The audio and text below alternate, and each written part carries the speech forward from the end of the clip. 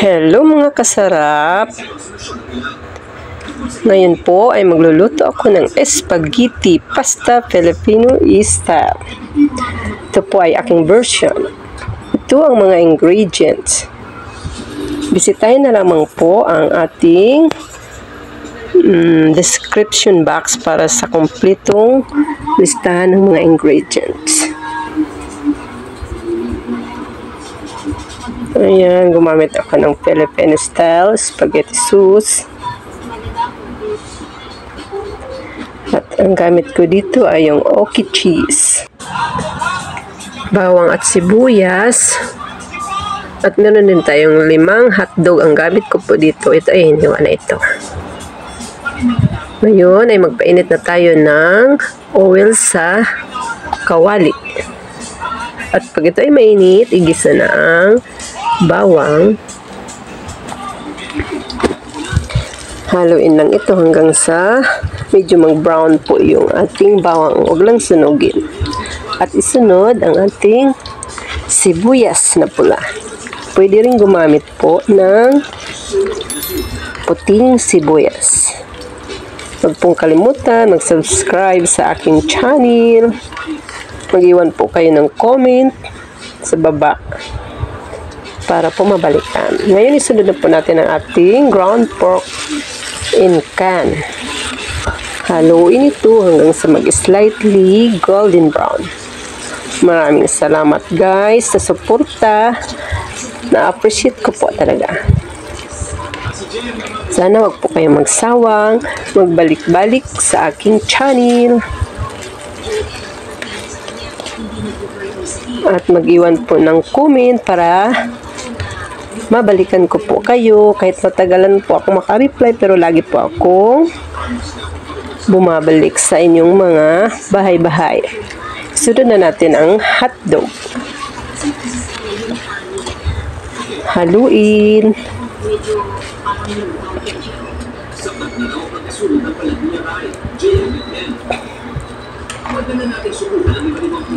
Kapag ito ay ganito na, maglagay na tayo ng tubig, about 2 cups. Yan. Haluin konti at ito ay atin ng pakuluan. Takpan at pakuluan ng 5 minuto. Pagkatapos ng 5 minuto, haluin.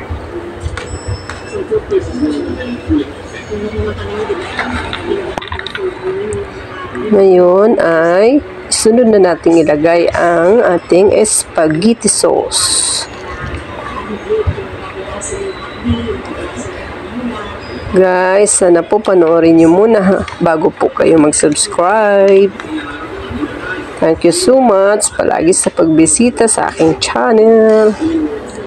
Haluin na po natin ito para mag-mix po yung tubig at ang sauce.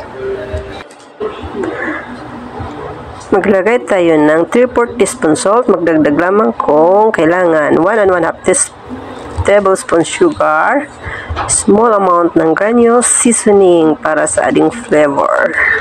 Dagdag pong palasa.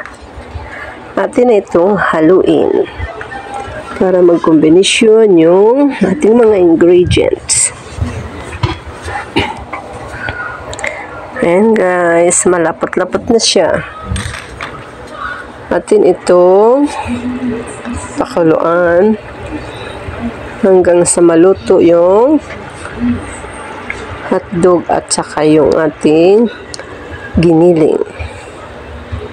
At pag ito ay nakulo na, maglagay tayo ng grated cheese. Optional lamang po ito. Yan ay kung ayaw nyo ay pwede naman pong hindi. Huwag nyo pong kalimutan mag-subscribe, like, comment, and share para po mabahagi po sa iba. Ayan, pindutin din po ang bell para updated po palagi sa aking mga video. Ayan, haluin na natin. Yan yung cheese para malinamnam yung ating sauce. Ito ay ready na. Off na ang ating apoy at isit aside. Sa ating soak pan, maglagay ng 1.5 liter na tubig at pakuluan para sa ating pasta noodles. Hindi po ako nakapag-video guys. Habang ito ay naglagay ako ng pasta noodles sa ating pinakuloang tubig. Atin po itong pakuluan ng 10 minutes or hanggang sa maluto ang ating noodles. Yan, patuloyin po natin yung noodles kung okay na ba. Okay na guys, tama na po yung kanyang texture. Ito ay luto na guys. Atin ang i-off ang ating apoy. Ayan, luto na to. Okay na. Ayan. Atin ang alisin ang tubig. I-drain natin para maalis yung tubig. Pagkatapos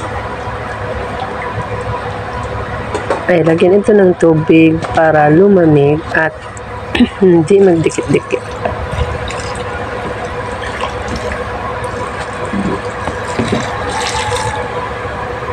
Ayan, pagkatapos po nito ay ilagay na sa sauce, halo-haloin na.